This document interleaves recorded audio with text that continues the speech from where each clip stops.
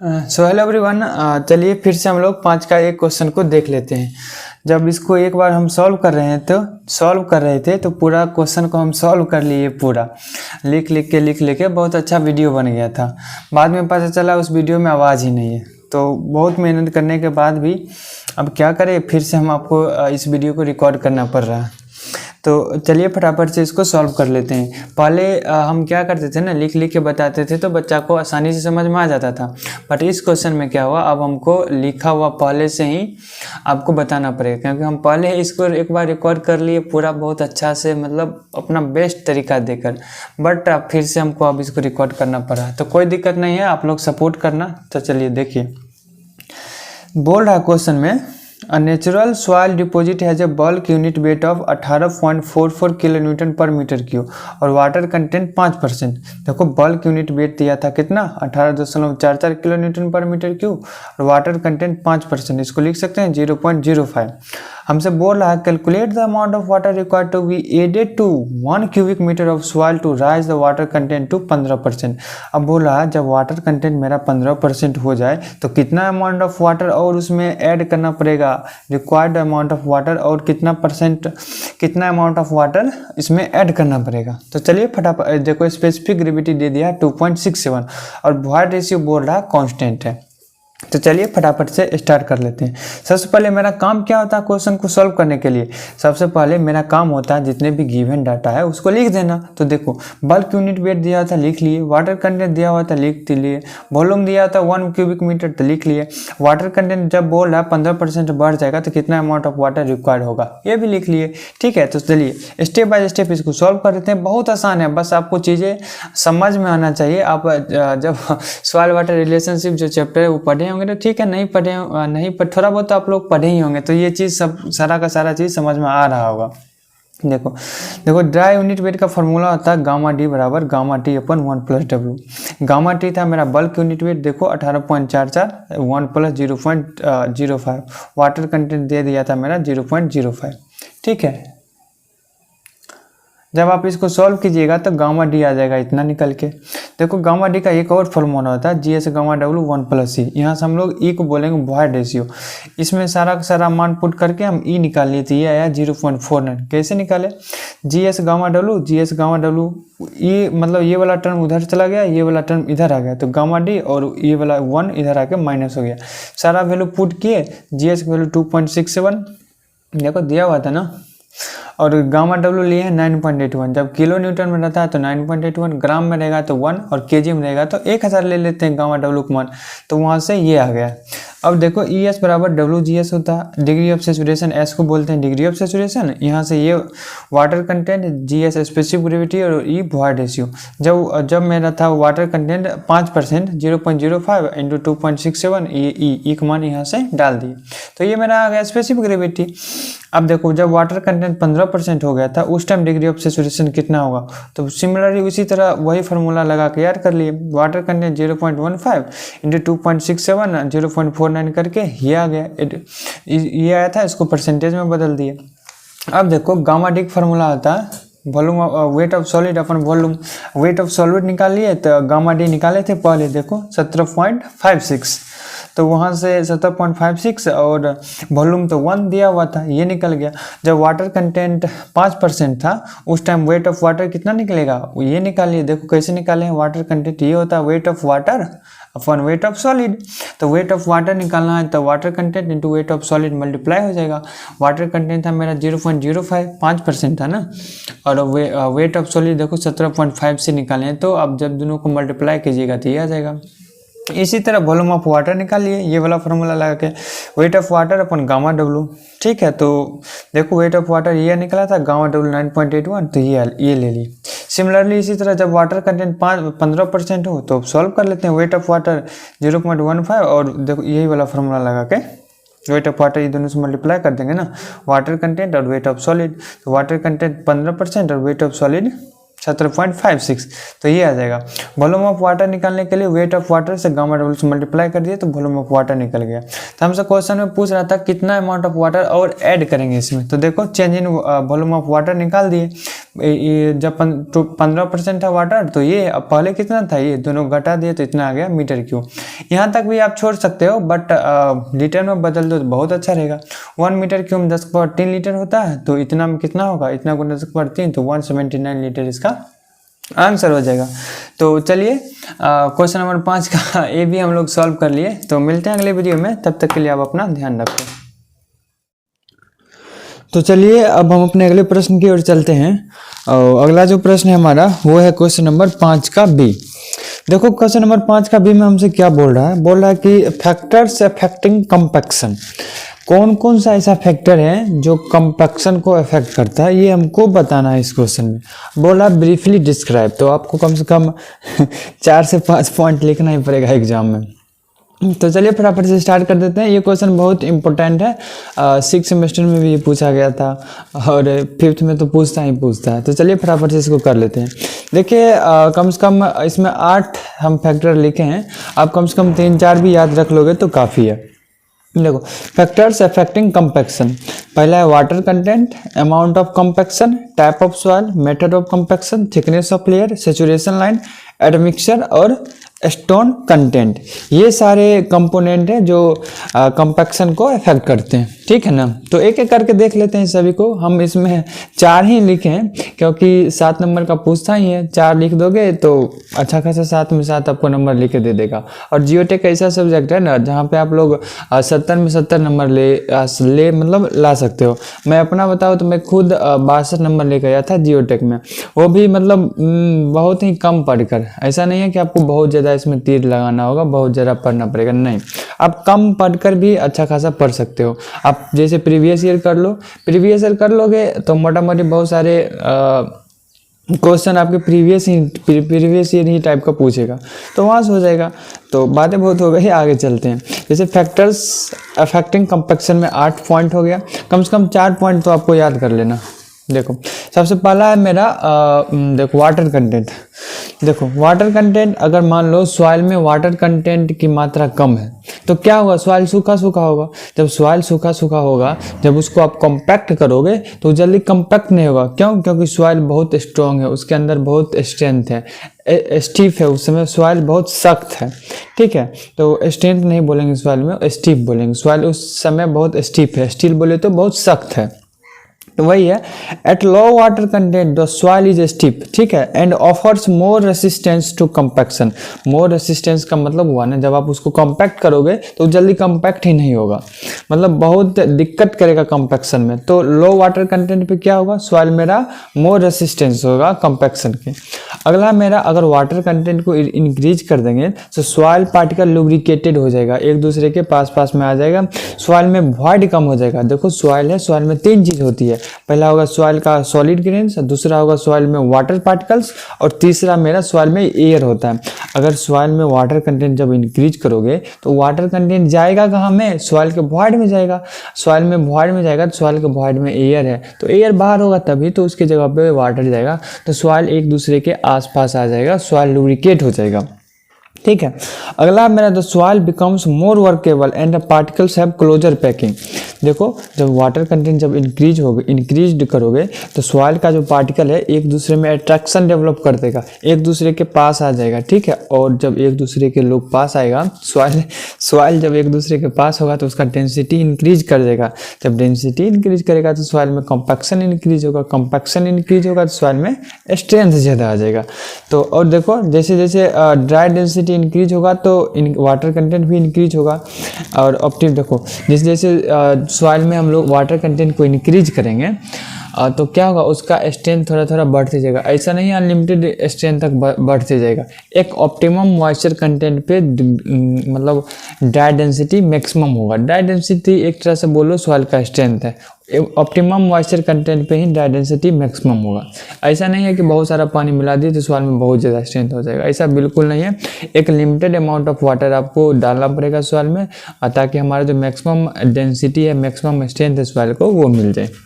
तो आप ये था मेरा वाटर कंटेंट, आपको थोड़ा बहुत समझ में आया होगा, ठीक है। देखो दूसरा है अमाउंट ऑफ कंपैक्शन। देखो the effect of increasing the compactive energy result in an increase in maximum dry density. इसका कहने का मतलब ये हुआ कि जैसे जैसे आप कंपैक्टिव इफोर्ट बढ़ाओगे वैसे वैसे मैक्सिमम ड्राई डेंसिटी बढ़ेगा। तो अमाउंट ऑफ कंपैक्शन, मान लो कोई सॉइल है, सॉइल के ऊपर आपको कंपैक्ट करना है, तो आप पहले हथौड़ी लेके कंपैक्ट करो तो क्या होगा, सॉइल जल्दी कंपैक्ट होगा? नहीं होगा। आप क्या करो, वाइब्रेटर ले आओ तो थोड़ा और बेहतर से हो जाएगा। आप क्या करो, रोलर ले आओ तो और बेहतर हो जाएगा। तो ये अमाउंट ऑफ कंपैक्शन के ऊपर डिपेंड करता है कि हम कंपैक्शन कर कैसे रहे हैं सॉइल के ऊपर। तो दो चीज़ था, दो टर्म था, इसको हम कर लिए। देखो अगला जो टर्म था मेरा फैक्टर्स अफेक्टिंग कंपैक्शन का ही है, वो है टाइप ऑफ सॉइल। अब देखो कंपैक्शन डिपेंड करता है कौन सा मेरा सॉइल है, वो सैंडी सॉइल है, क्ले सॉइल है, ग्रेवली सॉइल है, कौन सा सॉइल है मेरा, ठीक है। तो कोर्स ग्रेन सॉइल है कि फाइन ग्रेन सॉइल है, इस सब पे वो डिपेंड करता है। तो compaction also depend upon type of soil. देखो इस साइड लिए थे हम गामा डी, देखो इस साइड लिए हैं गामा डी और इस टाइप लिए हैं वाटर कंटेंट। गामा डी को हम लोग बोलते हैं ड्राई डेंसिटी, यहाँ पे हम लिख देते हैं ड्राई। वीडियो स्लो लग रहा था, आप लोग 2x पे देख लो, ड्राई डेंसिटी। और इधर है मेरा वाटर कंटेंट, इधर है मेरा वाटर कंटेंट, ठीक है। देखो सबसे ज़्यादा वेल ग्रेडेड सैंड, इसका गामा डी सबसे ज़्यादा है, तो वेल ग्रेडेड सैंड में स्ट्रेंथ बहुत ज़्यादा आएगा। उसके बाद है लो प्लास्टिसिटी चार्ज, लो प्लास्टिसिटी, और सोचिए यहाँ पे आप लोग सिल्ट कर लेना, ठीक है। यहाँ पे केले और यहाँ पे फिर हाई प्लास्टिसिटी चार्ज, इस तरह से लिख के आप डायग्राम बना देना आराम से। और देखो maximum dry density and optimum moisture content for different soil are given. देखो ये बहुत सारा सॉइल है, इस साइड हम ड्राई डेंसिटी, इस साइड वाटर कंटेंट लेके इस डायग्राम को बना दिए, ठीक है। देखो अगला जो टर्म है मेरा एडमिक्सचर। देखो सॉइल में हम जब एडमिक्सचर यूज करके उसमें कंपैक्ट करते हैं तो और उसका स्ट्रेंथ बढ़ जाता है। तो एडमिक्सचर का क्या काम है, the compaction characteristics of the soil improved by adding some admixture. वही बात है, जब हम सॉइल में कुछ एडमिक्सचर ऐड कर दिए, जैसे लाइम हो गया, सीमेंट हो गया, बिटुमिन हो गया, तो उसमें स्ट्रेंथ आ जाता है कंपैक्ट करने पर। The most commonly used admixture is lime हो गया, सीमेंट हो गया, बिटुमिन हो गया। तो ये सारे टर्म हम इसमें लिख दिए हैं, और आशा करता हूँ ये वीडियो आपको मदद करेगी आपके एग्जाम में, आपके प्रीवियस ईयर को क्वेश्चन को सॉल्व करने में। चलिए अब मिलते हैं अगले प्रश्न में, तब तक के लिए। तो चलिए अब हम लोग अपने अगले प्रश्न की ओर चलते हैं, और अगला जो प्रश्न है हमारा वो है क्वेश्चन नंबर 6 का ए। और इस क्वेश्चन को आप ध्यान से जब पढ़ोगे तो बोल रहा है कि न्यूमार्क इन्फ्लुएंस चार्ट क्या होता है, इसको हम कैसे प्रिपेयर करते हैं, और उसका यूज हमसे पूछ रहा है। तो चलिए समझते हैं न्यूमार्क इन्फ्लुएंस चार्ट किसको बोलते हैं। ये जो क्वेश्चन है वो वर्टिकल स्ट्रेस का है। आप अगर वो चैप्टर को पढ़े होंगे तो ये सब आसानी से समझ में आपको आ जाएगा। अगर आप चैप्टर को नहीं भी पढ़ें तब पर भी आप वीडियो को देखिए शुरू से लेकर अंत तक, इस क्वेश्चन को आपको काफ़ी हद तक चीज़ें क्लियर हो जाएगी। न्यूमार्क इन्फ्लुएंस चार्ट को हम एक डायग्राम से समझते हैं, क्योंकि डायग्राम बहुत दिन तक हमारे दिमाग में बैठ जाता है, वो याद हो जाता है। तो समझो इस डायग्राम को आप, सबसे पहले इस डायग्राम को आप लोग ध्यान से देखो। इसमें आपको दिख रहा होगा, इसमें देखो बहुत सारे सर्किल हैं, बहुत सारे सर्किल हैं, और इस बहुत सारे सर्किल को हम लोग बोलते हैं कंसेंट्रिक सर्किल, ठीक है। मतलब एक सर्किल के ऊपर फिर ऊपर फिर ऊपर बहुत सारे सर्किल बना हुआ है, इसको बोलते हैं हम लोग कंसेंट्रिक सर्किल। और इसी फिगर में आपको कुछ लाइन दिख रहा होगा, देखो ये सब लाइन दिख रहा है ना, ये सब लाइन, इस लाइन को हम लोग बोलते हैं रेडिकल लाइन, और इस पूरे चार्ट को हम बोलेंगे न्यूमार्क इन्फ्लुएंस चार्ट। अब समझो ये न्यूमार्क इन्फ्लुएंस चार्ट आपको फिगर से मोटा मोटी पता चल गया ये सब होता क्या है। अब समझो कि न्यूमार्क इन्फ्लुएंस चार्ट क्या है। तो देखो न्यूमार्क इन्फ्लुएंस चार्ट का यूज करके हम लोग निकालते हैं वर्टिकल स्ट्रेस, शियर स्ट्रेस और हॉरिजॉन्टल स्ट्रेस भी निकाल लेते हैं।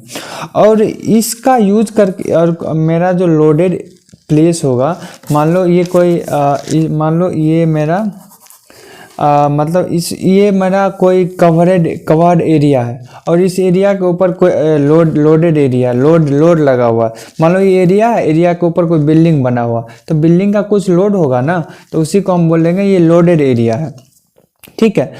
तो इस लोडेड एरिया के कारण किसी डेप्थ नीचे, मान लो ये h डेप्थ नीचे, ठीक है, कितना वर्टिकल स्ट्रेस होगा वो हम निकाल सकते हैं किससे, न्यूमार्क इन्फ्लुएंस चार्ट की सहायता से। ठीक है, तो अब पढ़ लेते हैं हम लोग इसमें क्या क्या लिखा हुआ है। बोल रहा है Newmark influence chart is used to compute vertical stress and shear stress also due to uniformly loaded area of any shape below any point inside or outside the loaded area। तो देखो ये मेरा एरिया था, मान लो इस area के ऊपर load लगा हुआ है। ये लोड किसी भी चीज़ का हो सकता है, मान लो बिल्डिंग बना हुआ है तो बिल्डिंग का लोड हो सकता है, रोड बना हुआ है तो रोड पर जो चल रहा होगा लाइव लोड, जैसे गाड़ी चल रहा है, या फिर लोड का जो रोड जो बना है, पेवमेंट जो बना है उसका जो लोड होगा, तो उस सब लोड के कारण जो स्ट्रेस डेवलपमेंट होगा किसी डेप्थ जेड नीचे, उसको हम कैलकुलेट करते हैं with the help of Newmark influence chart. ठीक है, देखो, और ये चार्ट बोसिंगर्स इक्वेशन पर भी बेस्ड है, आप लोग इसको याद कर लेना। देखो इस चार्ट में हम बता दिए कि n number of radical line है और m number of concentric circle है। अब देखो वर्टिकल स्ट्रेस निकालते कैसे हैं इस चार्ट का यूज करके हम लोग। देखो to find out the vertical stress at any point below or outside the loaded area. ये मेरा क्या था, ये मेरा लोडेड एरिया। इस लोडेड एरिया के बिलो भी हम vertical stress, horizontal stress, shear stress निकालते हैं, और इस लोडेड एरिया के आउटसाइड भी हम सारे स्ट्रेस को निकाल सकते हैं। अब निकालेंगे कैसे, समझो। यहाँ तक तो हम समझ गए थे। Plan of the loaded area is drawn such that depth z at which stress is being computed equal to the let A B as shown on chart. कुछ समझ में नहीं आया, कोई दिक्कत नहीं है। देखो ये मेरा था लोडेड एरिया, इसके ऊपर लोड लग रहा था, बिल्डिंग का लोड, किसी भी चीज़ का लोड लग रहा था, और जितना डेप्थ नीचे, मान लो h बराबर 5 मीटर डेप्थ पर हमको वर्टिकल स्ट्रेस निकालना है, तो हम इस डायग्राम को कुछ इस तरीके से बनाएंगे ताकि दो रेडिकल लाइन के बीच का डिस्टेंस, मान लो यहाँ पे हम समझा देते हैं, मान लो एक लाइन ये ले लेंगे और एक लाइन ये ले लेंगे, और इन दोनों लाइन के बीच का जो डिस्टेंस होगा वो भी 5 मीटर के बराबर होना चाहिए। मतलब h जितना ये डेप्थ होगा ना, जितना ये डेप्थ होगा उसी के बराबर होना चाहिए। इस तरीक़ा से हम लोग निकालते हैं वर्टिकल स्ट्रेस।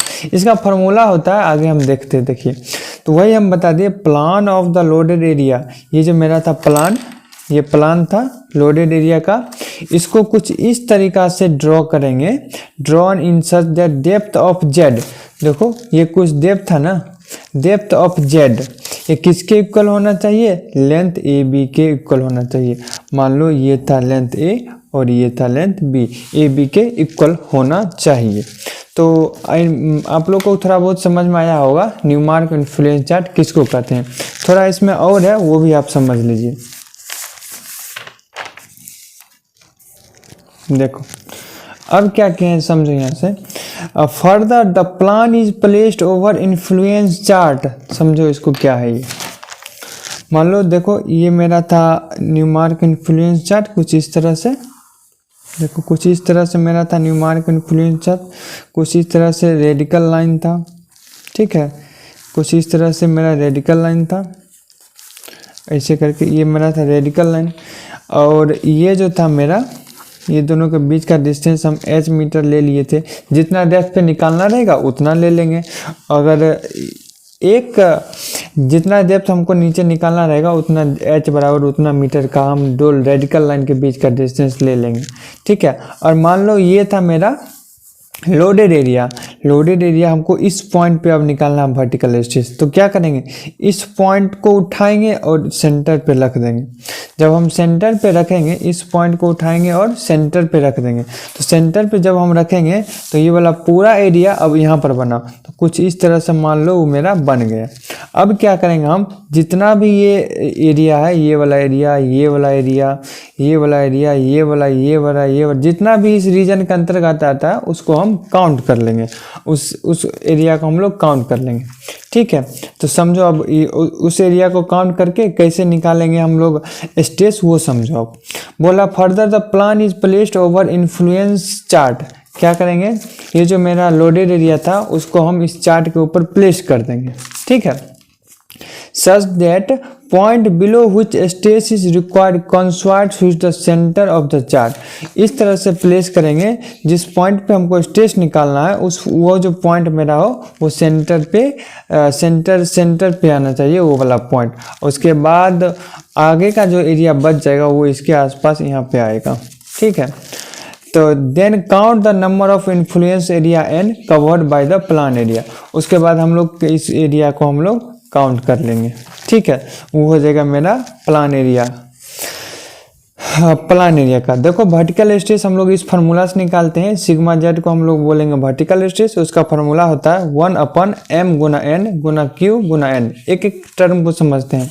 m मेरा था number of concentric circle, n है number of radical line, q है इंटेंसिटी ऑफ लोड और n है equivalent number of area, sorry n। ये जो n था 1 2 3 4 ये सब काउंट कर लेंगे, वही हो जाएगा मेरा n equivalent number of area. तो आपको ये समझ में आ गया होगा कि न्यूमार्क इन्फ्लुएंस चार्ट होता क्या है। अब क्वेश्चन में हमसे यूज भी पूछ रहा था तो यूज भी देख लेते हैं। देखो हम पहले ही बता चुके हैं न्यूमार्क इन्फ्लुएंस चार्ट किसी भी शेप के लिए हो सकता है। इरेगुलर शेप के लिए हम लोग यूज कर लेते हैं और उसका यूज करके हम लोग वर्टिकल स्ट्रेस, हॉरिजॉन्टल स्ट्रेस और शियर स्ट्रेस निकालते हैं eight any point at any depth Z. तो चलिए करते हैं यहीं पर इस वीडियो को समाप्त और अगले प्रश्न में हम लोग बहुत जल्द मिलते हैं। परदेसी मेरे यारा। चलिए अब हम लोग क्वेश्चन नंबर कर लेते हैं 6 का बी। तो फटाफट से इस क्वेश्चन को समझते हैं और इसका सलूशन देखते हैं इस वीडियो के अंतर्गत। काफ़ी आसान सा प्रॉब्लम है, जब आप इसको देखोगे तो बोलोगे कि हाँ बहुत आसान था क्वेश्चन। तो चलिए फटाफट से इसका सलूशन कर लेते हैं। देखो सबसे पहले कोई भी क्वेश्चन दिया हुआ हो तो सबसे पहले हम लोग क्या लिखते हैं, तो हम सबसे पहले लिखेंगे गिवन डाटा। अब जब एग्जाम में गिवन डाटा लिख दोगे तो कम से कम अगर 7 नंबर का क्वेश्चन है तो एग्जामिनर आपको 1 से 2 नंबर दया करके दे सकता है। तो लिखो गिवन डाटा, गिवन डाटा जो दिया हुआ है ना उसको लिख लो सबसे पहले। बोल्ड है from the flow net diagram shown drawn from the seepage flow through an earthen dam. कुछ नहीं समझ में आया, ऊपर का जो लाइन है उसको हटा दो। उसके बाद बोल रहा है कि इस डाटा के बेस के आधार पर नंबर ऑफ फ्लो लाइन्स दिया हुआ है 3.5। देखो नंबर ऑफ फ्लो लाइन 3.5 तो दिया हुआ है। फ्लो लाइन्स कभी पॉइंट में हो सकता है नहीं, इसको राउंड ऑफ करके देना चाहिए था, 4 देना चाहिए था, वो दिया ही नहीं है। तो क्वेश्चन में 3.5 दिया था, हम उसी के अनुसार इसको सॉल्व करेंगे। तो सबसे पहले लिखो number of flow line, number of flow lines कितना दिया हुआ है 3.5, ठीक है। उसके बाद number of equipotential drop, number of flow lines इसको हम NF से डिनोट कर रहे हैं, ठीक है। और फिर आगे दिया हुआ है मेरा number of equipotential, number of equipotential drop देखो कितना दिया हुआ है 10, इसको हम ND से डिनोट कर देते हैं, ठीक। और कोफिशिएंट ऑफ परमेबिलिटी दे दिया है, लिख तो जो दिया हुआ है कोफिशिएंट ऑफ परमेबिलिटी, इसको हम लोग K से डिनोट करते हैं। ये देखो 1.25 गुना 10 का पावर -5 ये सेंटीमीटर पर सेकेंड दिया हुआ। अब इसको हम लोग मीटर में कन्वर्ट कर लेते हैं। 1.25 गुना 10 का पावर -5 और गुना 10 का पावर -2 कर देंगे तो ये आ जाएगा मीटर पर सेकेंड। तो इसको लिख सकते हैं 1.25 और गुना 10 का पावर 5 और 2 ये माइनस का मीटर पर सेकेंड। देखो और क्वेश्चन दिया हुआ है मेरा हेड कॉजिंग फ्लो, H कितना दिया है 12.5 मीटर, ये भी लिख लो हेड कॉजिंग फ्लो, इसको हम H से डिनोट कर रहे हैं और ये क्वेश्चन दिया हुआ है 12.5 मीटर। हमसे पूछ रहा है क्या, calculate the seepage through the body of the dam per unit length. हमसे सीपेज पूछ रहा है क्या होता है, तो चलिए फटाफट से ये भी हम निकाल लेते हैं। देखिए फार्मूला है, फार्मूला पुटिंग करोगे आंसर आ जाएगा। देखो लिखो seepage through the body of the dam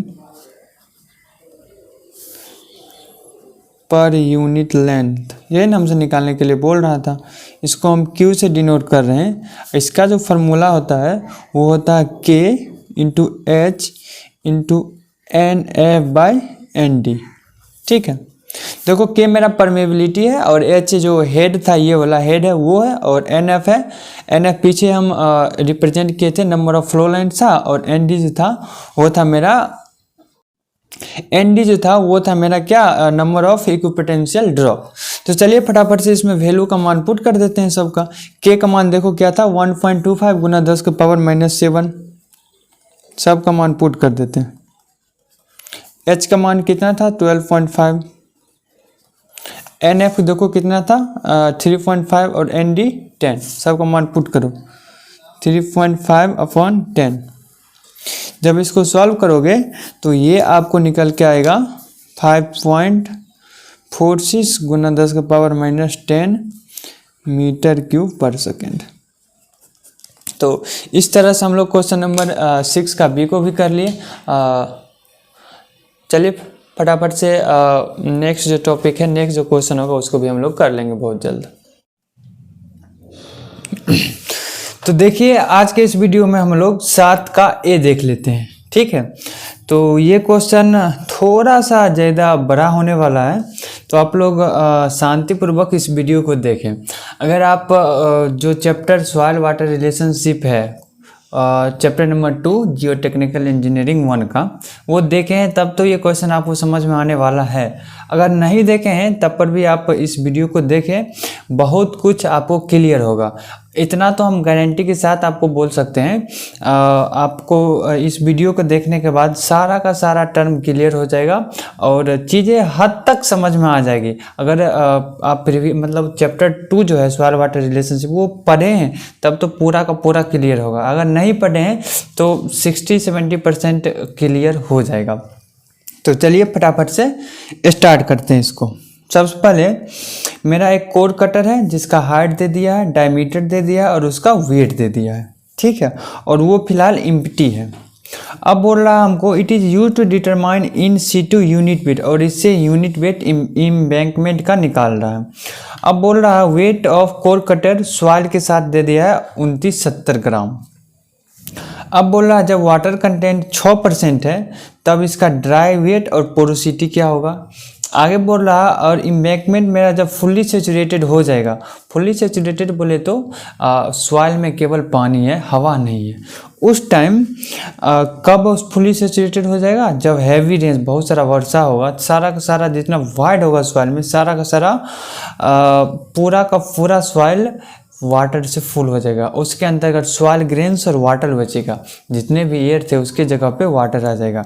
अब बोला वॉल्यूम भी चेंज नहीं हो रहा और स्पेसिफिक ग्रेविटी दे दिया 2.69। ठीक है, रात को इस वीडियो को हम बना रहे हैं तो आप लोग थोड़ा हाई क्वालिटी पे देख लेना।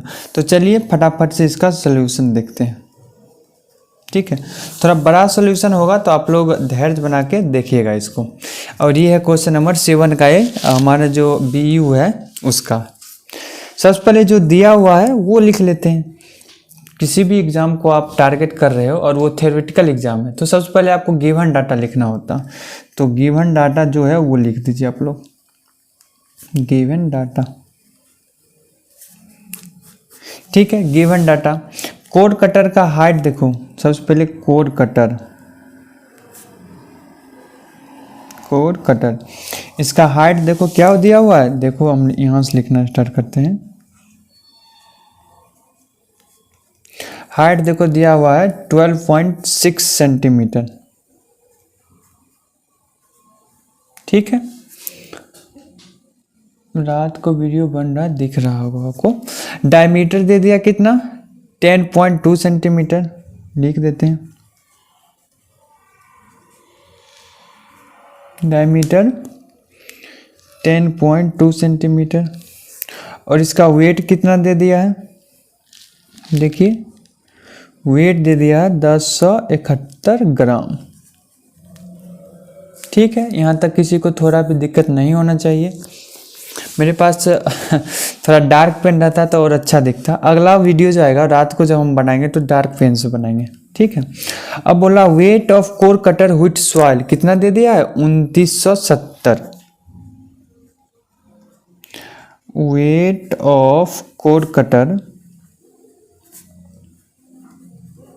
Weight of core cutter hood soil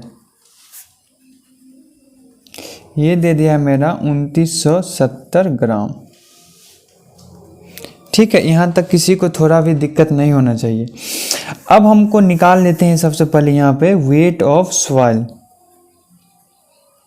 weight of soil कैसे निकालेंगे, देखो ये जो है 1970, इसमें कोर कटर और सॉइल दोनों का वेट है, और ये जो वेट था ये था मेरा कोर कटर का, इसमें से इसको घटा देते हैं तो वेट ऑफ सॉइल निकल जाएगा 2970 ग्राम माइनस 1071 ग्राम। जब इसमें से आप इसको घटाएंगे तो ये आ जाएगा 1899 ग्राम। ये मेरा हो जाएगा वेट ऑफ सॉइल। देखिए आप सबसे पहला जो गिवन डाटा था वो तो हम लिख लिए। अब सबसे पहला क्वेश्चन देखते हैं, सबसे पहला क्वेश्चन, ठीक है।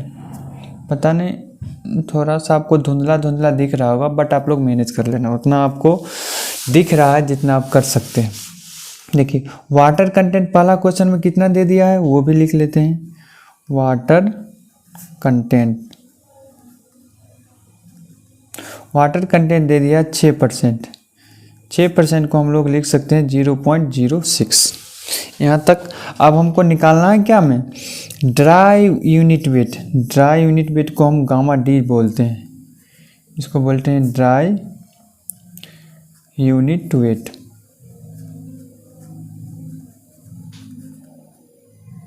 ये हम लोग को निकालना है, और साथ साथ में हमको पोरोसिटी भी निकालना है। पोरोसिटी क्या होगा, ठीक है। जब इस टाइप का क्वेश्चन आए ना तो सबसे पहले हम लोग फेज डायग्राम बना लेंगे। फेज डायग्राम कैसे बनाएंगे, देखिए सबसे पहले क्या करेंगे हम लोग फेज डायग्राम बनाएंगे। हम यहाँ पे बना देते हैं फेज डायग्राम। देखिए फेज डायग्राम बना दिए। फेज डायग्राम तो सॉइल में 3 चीज़ होती है, पहला होती है सॉलिड, दूसरा होता है वाटर, और तीसरा होता है मेरा एयर, ठीक है। इस साइड हम वेट को रिप्रेजेंट करेंगे और इस साइड हम वॉल्यूम को रिप्रेजेंट करेंगे। इधर वेट क्यों रिप्रेजेंट करेंगे, जैसे सॉलिड होगा सॉइल का कुछ वेट होगा ना, सॉइल में वाटर है तो उसका भी कुछ वेट होगा ना, एयर का वेट कुछ नहीं लेंगे, वो एयर को वेट को हम नेग्लेक्ट लेके चलेंगे। इस साइड वेट लेके चलेंगे और इस साइड वॉल्यूम लिखेंगे। इधर वेट क्यों लिखेंगे, क्योंकि किताब में बुक में हर एक बुक में इधर वेट को रिप्रेजेंट किया है, तो हम भी इधर वेट को ही रिप्रेजेंट करेंगे, ठीक है। तो सबसे पहले इधर हम लिखेंगे वॉल्यूम, इधर लिखेंगे वेट। सबसे पहले हम निकालते हैं, देखो टोटल वेट तो हमको पता है कितना, वेट ऑफ सॉइल निकाल चुके हैं, कितना है मेरा 1899। यहाँ से यहाँ तक है मेरा 1899 ग्राम, ठीक है। यहाँ तक कोई दिक्कत नहीं। वेट ऑफ सॉइल, देखो सॉइल में सॉलिड और वाटर का वेट 1899 ग्राम, यहाँ से हम लिख लिए, क्वेश्चन में जो दिया हुआ था, ठीक है। सबसे पहले हम निकालते हैं वेट ऑफ सॉलिड। सॉलिड का वेट होगा ना कुछ, सॉलिड का वेट निकाल देते हैं। यहाँ पर लिखे हैं weight of solid. Weight of solid का फार्मूला होता है टोटल वेट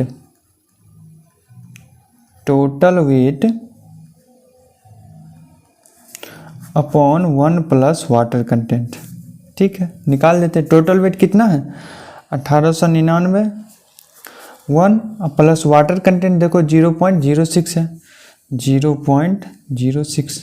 जब आप इसको सॉल्व कीजिएगा तो ये आएगा 1791.51 ग्राम, ठीक है। तो यहाँ पर लिख देते हैं हम 1791.51 ग्राम।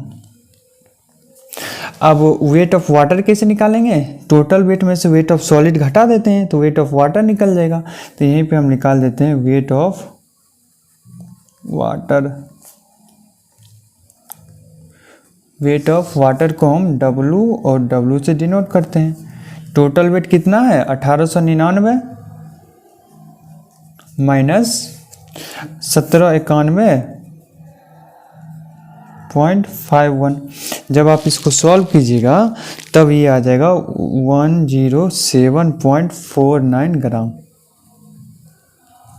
ठीक है, तो यहाँ पर हम डाल देते हैं 107.49 ग्राम। यहाँ तक तो दिक्कत नहीं होना चाहिए, जो जो दिया हुआ है बस वही करते जा रहे हैं हम। ठीक है, अब देखिए इधर तो वेट तो हमको पता चल गया। देखिए सबसे पहले अब हमको वॉल्यूम निकालना पड़ेगा। देखिए volume of core cutter, volume of core cutter. Core cutter मेरा सिलेंडर टाइप का होता है, सिलेंडर। तो इसका वॉल्यूम क्या होता है, पाई आर स्क्वायर इंटू एच। देखो पाई, डायमीटर दिया हुआ था कितना 10.2, इसका आधा कर दो तो रेडियस निकल जाएगा। 10.2/2 का होल स्क्वायर इंटू हाइट कितना था, हाइट देखो 12.6 था, है ना। ये सब सॉल्यूशन आपको यूट्यूब पर बहुत कम ही देखने को मिलेगा, चाहे नहीं मिलेगा। 12.6 जब आप इसको सॉल्व करिएगा तब आएगा 1029.58 सेंटीमीटर क्यूब सीसी। तो यहाँ पे लिख देते हैं हम लोग जितना आया है, कितना आया है 1029.58 सेंटीमीटर क्यूब। ठीक है, लिख दिए हम। अब देखिए अब हमको वॉल्यूम निकालना है। वॉल्यूम ऑफ सॉलिड सबसे पहले निकालते हैं। वॉल्यूम ऑफ सॉलिड का फॉर्मूला होता है टोटल वॉल्यूम। ठीक है, total volume upon, volume of solid का फॉर्मूला होता है टोटल वॉल्यूम नहीं, सॉरी हमसे गलत हो गया, weight of solid upon GS into gamma W. Weight of solid देखो कितना था, weight of solid 1791.51 upon GS question में दिया हुआ था। देखो स्पेसिफिक ग्रेविटी कितना है 2.69, तो ले लेते हैं 2.69 और गामा डब्ल्यू 1 लेंगे हम। क्यों, देखो जब किलो न्यूटन में रहता है ना तब 9.81 ले लेते हैं गामा डब्ल्यू, जब केजी में रहेगा तो 1000 ले लेते हैं, और जब ग्राम में रहेगा तो 1 ले लेते हैं। यहाँ पर सारा का सारा चीज़ ग्राम में है तो गामा डब्ल्यू हमेशा 1 लेंगे। जब आप इसको सॉल्व करोगे तो ये आएगा 665.98 सेंटीमीटर क्यूब। तो यहाँ पर लिख दें हम 665.98 सेंटीमीटर क्यूब। ठीक है, इसी तरह वॉल्यूम ऑफ वाटर निकाल लेते हैं हम। कैसे निकालेंगे volume of water, volume of water होगा, इसका भी फार्मूला होता है wait of water upon gamma W. Wait of water कितना है देखो 160.49, 160.49 अपन गामा डब्ल्यू ग्राम में है तो 1 ले लिए, तो ये आ गया 160.49 सेंटीमीटर क्यूब। यहाँ पर लिख देते हैं हम 160.49 centimetre cube. Volume of air कैसे निकालेंगे, ये टोटल में से इसको और इसको घटा देंगे तो वॉल्यूम ऑफ एयर निकल जाएगा। जब आप उसको सॉल्व करोगे तो ये आएगा 256.11 सेंटीमीटर क्यूब। ठीक है, ये भी हम यहाँ पे निकाल देते हैं, छोटा सा जगह है यहाँ पर निकाल देते हैं वॉल्यूम ऑफ एयर। कैसे करेंगे वॉल्यूम ऑफ एयर, टोटल में से ही तो घटाना है। टोटल कितना था मेरा 1029 दिख रहा है आपको, 1029 पॉइंट जगह छोटा है 58 माइनस 665.98 माइनस 107.49। जब इसको सॉल्व करोगे तो आएगा 256.11 सेंटीमीटर क्यूब। ठीक है, तो यहाँ तक हम सॉल्व कर लिए, ये सब आपको करना ही पड़ेगा। अब देखिए हमसे क्वेश्चन में पूछ क्या रहा था, हमसे क्वेश्चन में पूछ रहा था कि आप ड्राई वेट बता दो और पोरोसिटी बता दो। ठीक है, तो वो हम बता देते हैं। देखिए वो भी हम बता देते हैं। सबसे पहले क्या करो, ड्राई वेट निकालने के लिए आपको ज़रूरत पड़ेगी वॉइड रेशियो की। सबसे पहले वॉइड रेशियो निकाल लेते हैं। वॉइड रेशियो को हम लोग ई से डिनोट करते हैं। ये होता है volume of void upon volume of solid. Volume of void क्या होगा, देखो वॉल्यूम ऑफ वॉइड हो जाएगा एयर और वाटर, ठीक है। एयर और वाटर हो, इसको देखो एयर और वाटर को ही तो हम वॉइड बोलते हैं ना, तो एयर और वाटर का जो वॉल्यूम होगा वो हो जाएगा volume of void. This plus this करेंगे तो वॉल्यूम ऑफ वॉइड निकल जाएगा, और ये जो मेरा टर्म है उससे हम वॉल्यूम ऑफ सॉलिड निकाल लेंगे। तो देखिए दिस प्लस दिस बट्टा दिस करेंगे तो मेरा वॉइड रेशियो निकल जाएगा। तो देखिए हम वो कर लेते हैं, 256.11 प्लस 107.49 अपॉन 665.98। देखिए यही तो किए हैं, देखिए आप लोग देखिए आप लोग को दिख रहा होगा, ठीक है। Volume of void this plus this, तो this plus this, volume of solid बट्टे दिस। जब आप इसको सॉल्व कीजिएगा तो ये निकल के आएगा 0.54596, ठीक है। अब देखिए सबसे पहला क्वेश्चन हमसे पूछ रहा था कि ड्राई यूनिट वेट और पोरोसिटी, ठीक है। तो दोनों निकाल देते हैं आप लिख देते हैं dry unit weight, dry unit wait,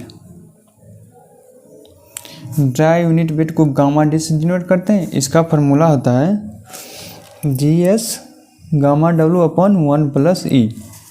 GS question में दिया हुआ था, देखो 2.69 स्पेसिफिक ग्रेविटी है ये 2.69, और गामा W हम 1 लेंगे, क्यों, क्योंकि ये ग्राम में दिया हुआ है, और 1 प्लस देखो ई अभी निकालने हैं कितना है यार, वॉइड रेशियो 0.54596। जब आप इसको सॉल्व कीजिएगा तब ये निकल के आएगा 1.74 ग्राम पर सीसी सेंटीमीटर क्यूब। दूसरा क्वेश्चन था इसी में हमको निकालने के लिए पोरोसिटी। पोरोसिटी को हम N से डिनोट करते हैं। इसका फार्मूला था volume of void upon total volume गुना 100, ठीक है।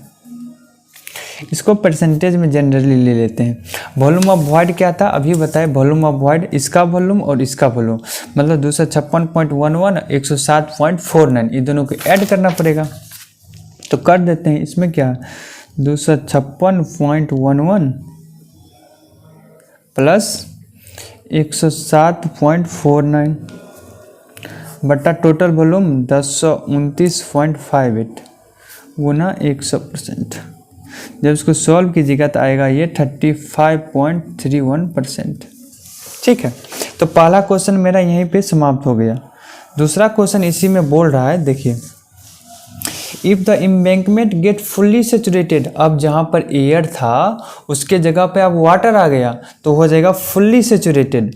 अब उसमें उस केस में हम क्या करेंगे, अब एयर का तो वेट ले नहीं रहे थे, अब वाटर आ गया तो उसका भी वेट ऐड कर देंगे। तो बोल रहा है जब पूरा का पूरा सेचुरेटेड हो गया तो वाटर कंटेंट कितना इंक्रीज हुआ और यूनिट वेट हमको बता दो, ठीक है। बल्क यूनिट वेट और वाटर कंटेंट में इंक्रीज कितना हुआ वो हमसे पूछ रहा है, और ये भी बोल रहा है कि वॉल्यूम चेंज नहीं हो रहा है। तो कोई दिक्कत नहीं है, ये भी कर लेते हैं हम। देखिए सबसे पहले हम लोग आराम से डायग्राम बना लेते हैं। ये था पहले मेरा सॉलिड, ये था वाटर, ये था पहले मेरा एयर, बट सॉइल के अंदर अब पूरा का पूरा पानी आ गया, फुल्ली सेचुरेटेड हो गया, तो एयर भाग जाएगा, उसके जगह भी वाटर ही आ जाएगा, ठीक है। अब पूरा का पूरा टर्म वाटर का होगा। तो देखिए ये इधर हम वेट लिखे थे और इधर वॉल्यूम लिखे थे, तो सारा का सारा चीज़ लिख देते हैं। 1791.51 ग्राम ये था सॉलिड, वाटर था 107.49 ग्राम, इसका वॉल्यूम था 665.98 ग्राम, और ये था 107.49 ग्राम। सॉरी इधर वॉल्यूम लिखे थे तो सीसी होगा, सेंटीमीटर क्यूब। आप लोग थोड़ा सा मिस्टेक हो गया वो देख लेना। और ये हो जाएगा 256.11, और टोटल था मेरा 1029.58 सीसी, ठीक है। ये 5 है। अब देखो ये वेट निकालना है, तो वेट ऑफ वाटर का फॉर्मूला होता है गामा डब्ल्यू into volume of water. Weight तो गामा डब्ल्यू तो 1 लिए थे और वॉल्यूम ऑफ वाटर कितना 256.11, तो वेट भी 256.11 ग्राम हो जाएगा। तो यहाँ पे लिख देते हैं 256.11 ग्राम। ठीक है, जो जो चीज़ दिया हुआ था वो हम कर दिए। यहाँ पर पहले था एयर, अब पानी आ गया तो पानी का वेट था, पानी का वेट ये फार्मूला से लेकर निकाल लिए। ठीक है, तो हम सबसे पहले मैं हमसे क्वेश्चन में पूछ रहा था कि इसका यूनिट वेट क्या होगा, बल्क यूनिट वेट बता दो और वाटर कंटेंट में कितना इंक्रीज हुआ है वो हमको बता दो। तो ठीक है, हम सबसे पहले बल्क यूनिट वेट इसको बता देते हैं। Bulk unit weight, bulk unit weight किसको है, total weight, total weight upon total volume. Total weight मतलब ये तीनों के ऐड कर दो अब, 256.11 प्लस 107.49 प्लस 1791.51 बट्टे 1029.58, टोटल वॉल्यूम ये वाला हो गया। जब आप इसको सॉल्व करोगे तब ये आ जाएगा 2.0931 ग्राम पर सीसी। ठीक है, तो बल्क यूनिट वेट भी निकल गया। अब इसमें बोल रहा है कि वाटर कंटेंट में कितना इंक्रीज होगा, तो सबसे पहले इसका वाटर कंटेंट निकाल लेते हैं। वाटर कंटेंट क्या होता है फॉर्मूला, इसका होता है wait of water upon weight of solid. तो वेट ऑफ वाटर देखो कितना है, wait of water this plus this, तो 256.11 प्लस क्या है 107.49। वेट ऑफ सॉलिड कितना है 1791.51, पहले तो इतना ही था ना। हाँ ठीक है, जब आप इसको सॉल्व करेंगे तब ये आ जाएगा मेरा 0.2029। अब क्वेश्चन में पूछ रहा था चेंज इन वाटर कंटेंट, तो लिख देते हैं यहाँ पे change in water content, change in water content, इसको डेल्टा डब्ल्यू से डिनोट कर देते हैं। ये हो जाएगा अभी वाटर कंटेंट, ये इसको डब्ल्यू डैश से डिनोट कर देते हैं, ये हो जाएगा वाटर कंटेंट। पहले का 0.2029 अभी निकाले हैं और पहले वाटर कंटेंट कितना था, देखो पहले वाटर कंटेंट था मेरा 0.06, माइनस कर देते हैं 0.06।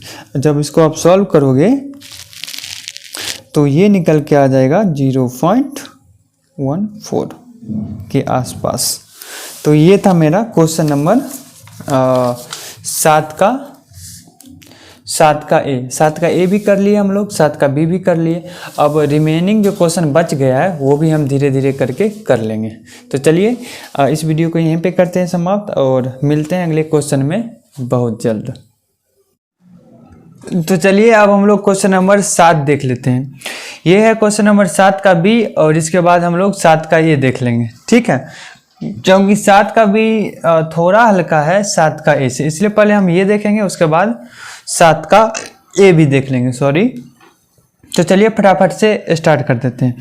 सबसे पहले सॉल्यूशन करने के लिए क्वेश्चन का, यूनिवर्सिटी का जितने भी क्वेश्चन होते हैं उसको सॉल्व करने के लिए सबसे पहले आपको क्या करना पड़ेगा, जो भी गिवन डाटा है, जितने भी गिवन डाटा दिए हुए हैं क्वेश्चन में उसको सबसे पहले लिख लेना है। जब आप गिवन डाटा लिख दोगे ना तो 7 नंबर में से कम 1 से 2 नंबर एग्जामिनर आपको दे देगा लेके। ऐसे भी उसका मन के ऊपर है, बट फिर भी आपको 2 नंबर कम से कम दे देता है। तो सबसे पहले जो जो दिया हुआ है वो लिख लेते हैं हम लोग। तो सबसे पहले हम क्वेश्चन पढ़ लेते हैं। The value of liquid limit, plastic limit और श्रिंकेज लिमिट दे दिया। लिक्विड लिमिट को WL से डिनोट किया है, प्लास्टिक लिमिट को WP से और श्रिंकेज लिमिट को WS से। बोल रहा है if a sample that soil at a liquid limit, इसका वॉल्यूम दे दिया है। जब श्रिंकेज लिमिट था तब इसका वॉल्यूम दे दिया। हमसे निकालने के लिए बोल रहा है स्पेसिफिक ग्रेविटी, श्रिंकेज रेशियो और वॉल्यूमेट्रिक श्रिंकेज। तो चलिए जितने भी गिवन डाटा दिया हुआ है क्वेश्चन में उसको हम लिख लेते हैं। तो लिखते हैं सबसे पहले लिक्विड लिमिट। लिक्विड लिमिट को हम लोग W और L से डिनोट किए हैं, तो ये दिया है 60%। ठीक है, और साथ में मेरा प्लास्टिक लिमिट भी दे दिया, प्लास्टिक लिमिट, इसको WP से डिनोट किए हैं, ये दिया है 30%। और श्रिंकेज लिमिट जो क्वेश्चन में दिया हुआ है उसको सबसे पहले लिख लो आप लोग। यूनिवर्सिटी का क्वेश्चन करने का यही एक तरीका, जो सबसे पहले दिया हुआ है उसको आप लिखो। ये दिया है मेरा 20%, ठीक है। अब देखो इसके रिस्पेक्ट में हमको वॉल्यूम दे दिया है। If a sample of this soil eight liquid limit has a volume of 40, तो देखो वॉल्यूम एट लिक्विड लिमिट कितना दे दिया है, 40 cc। और वॉल्यूम एट श्रिंकेज लिमिट ये भी दे दिया है, जो दिया हुआ है ना गिवन वो लिख लो। वॉल्यूम एट श्रिंकेज लिमिट ये दे दिया मेरा 23.5 cc, मतलब सेंटीमीटर क्यूब, ठीक है। जो दिया हुआ था वो हम क्वेश्चन में लिख लिए। अब देखो, अब आप लोगों को क्या करना पड़ेगा, देखो लिक्विड लिमिट पे जो सॉइल होता है वो मेरा सेचुरेटेड होता है, और श्रिंकेज लिमिट पे जो सॉइल होता है वो भी सेचुरेटेड होता है। सेचुरेटेड मतलब उसमें एयर नहीं है, सॉइल का सॉलिड पार्टिकल है और सॉइल में मेरा पानी है, उसमें एयर नहीं है। तो देखो जब आराम से दो डायग्राम बना लेते हैं, ये हो जाएगा मेरा सॉलिड और ये हो जाएगा मेरा लिक्विड या वाटर। देखो सॉलिड और लिक्विड, जब मेरा at liquid limit and at shrinkage limit soil मेरा सेचुरेटेड होता है। सेचुरेटेड बोले तो सॉलिड होगा और केवल लिक्विड होगा, लिक्विड बोले तो वाटर होगा, उसमें एयर नहीं होगा। अब हमको निकालना क्या है, निकालना है स्पेसिफिक ग्रेविटी सॉइल का, ठीक है। देखो कैसे निकालेंगे, सबसे पहले आप लोग एक डायग्राम बना लो। यहाँ पे इस साइड है वो है मेरा क्या कहते हैं, लिक्विड लिमिट, श्रिंकेज लिमिट, और एक था और मेरा प्लास्टिक लिमिट। इस टाइप हम लिक्विड को डिनोट कर रहे हैं और इधर वॉल्यूम को। तो देखो इसका, देखो ये एटर वर्क ग्राफ इसको हम बोलते हैं। आप लोगों को नहीं पता है तो वीडियो को देखो, केवल आप लोगों को समझ में आ जाएगा। देखो इसको बोलते हैं श्रिंकेज लिमिट, इसको बोलेंगे प्लास्टिक लिमिट, और इसको बोलेंगे लिक्विड लिमिट। देखो ये दिया हुआ श्रिंकेज लिमिट कितना, 20%, और देखो WP दिया हुआ है 30%, और ये दिया हुआ 60%। ये इक्वल का साइन है, ठीक है ना, आप लोग बस समझ जाना, ठीक है। जो दिया हुआ है वो लिख लो। वॉल्यूम एट श्रिंकेज लिमिट कितना है, 23.5।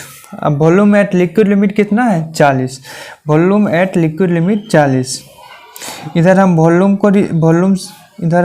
को लिख रहे हैं और इधर से लिक्विड लिमिट लिख रहे हैं, लिक्विड लिमिट, ठीक है। देखो अब आप लोग को दो फार्मूला याद करना पड़ेगा। देखो इसको हम बोल रहे हैं, इधर लिख रहे हैं हम वेट, इस साइड वेट को डिनोट करेंगे और इस साइड वॉल्यूम को। किताब में भी इसी तरह डिनोट किया गया है, इसलिए हम इधर वेट और इधर वॉल्यूम को ले रहे हैं। आप भी ऐसे ही रिप्रेजेंट करना, इधर वेट और इधर volume.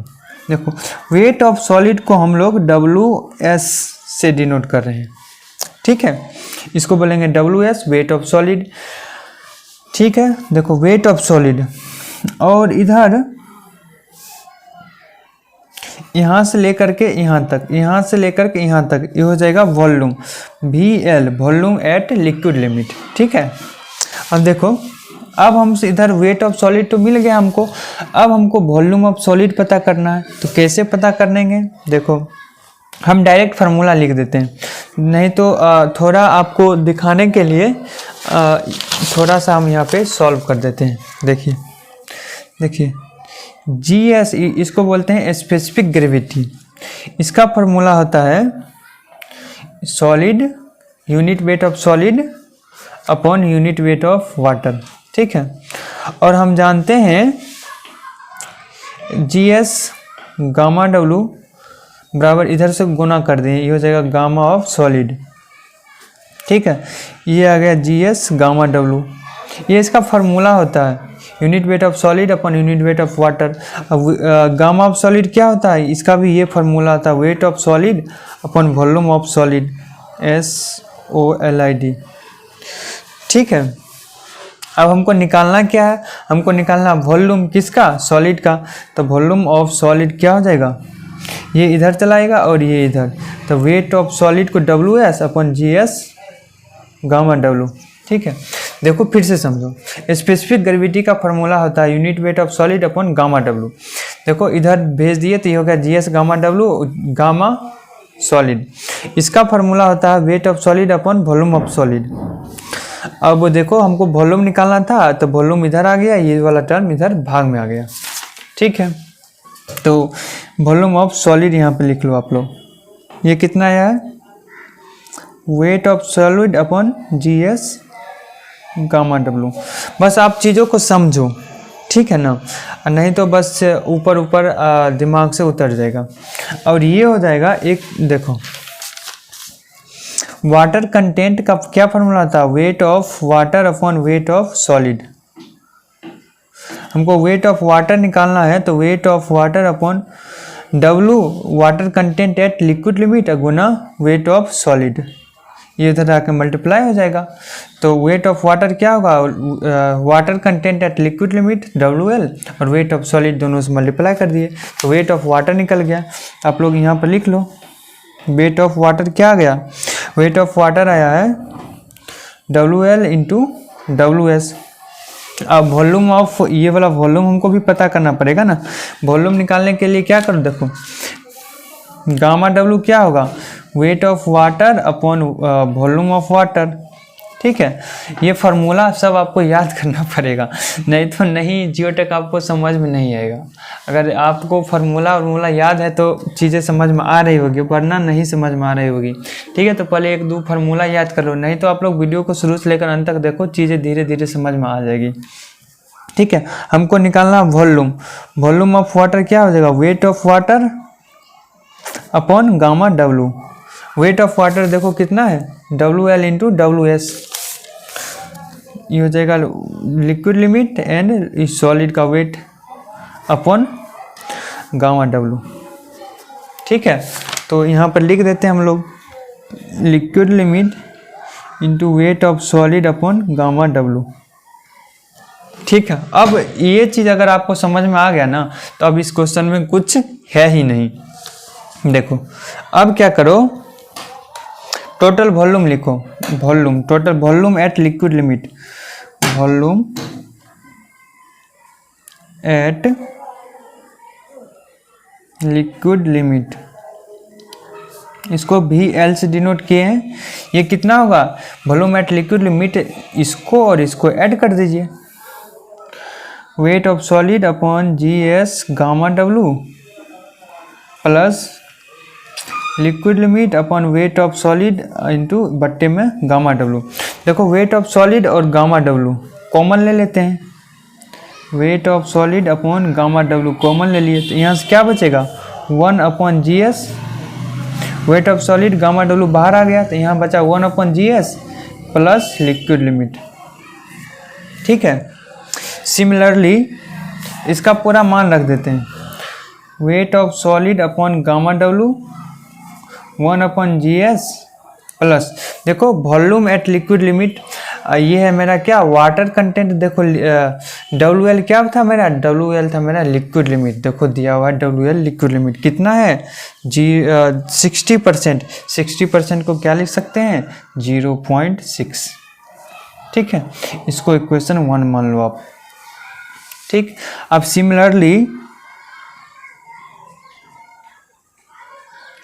Similarly at shrinkage limit लिखो आराम से, at shrinkage limit soil is just saturated,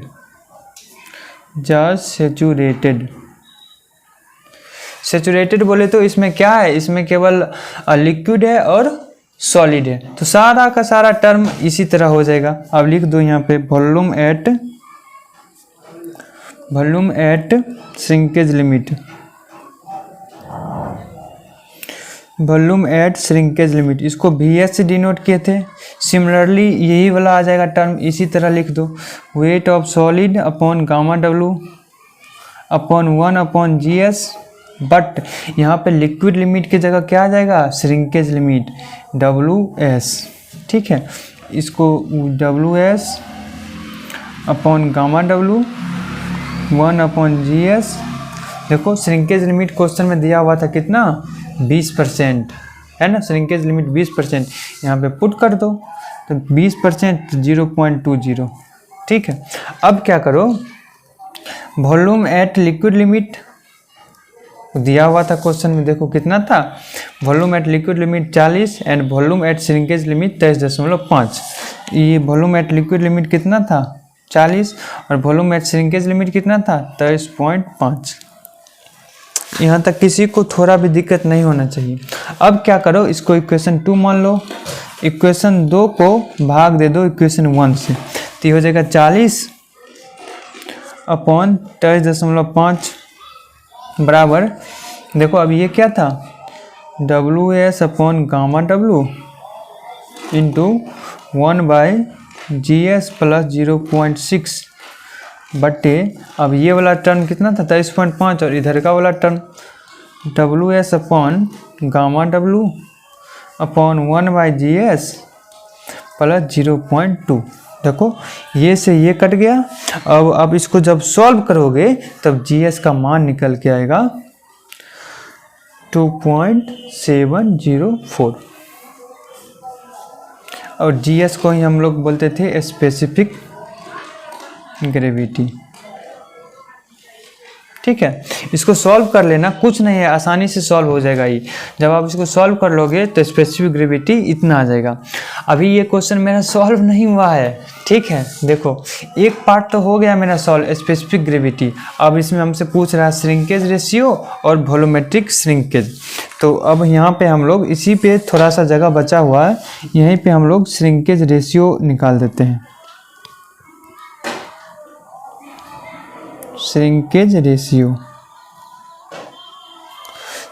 ratio का फॉर्मूला देखिए, यहाँ था VL minus VD upon VD upon WL minus W2।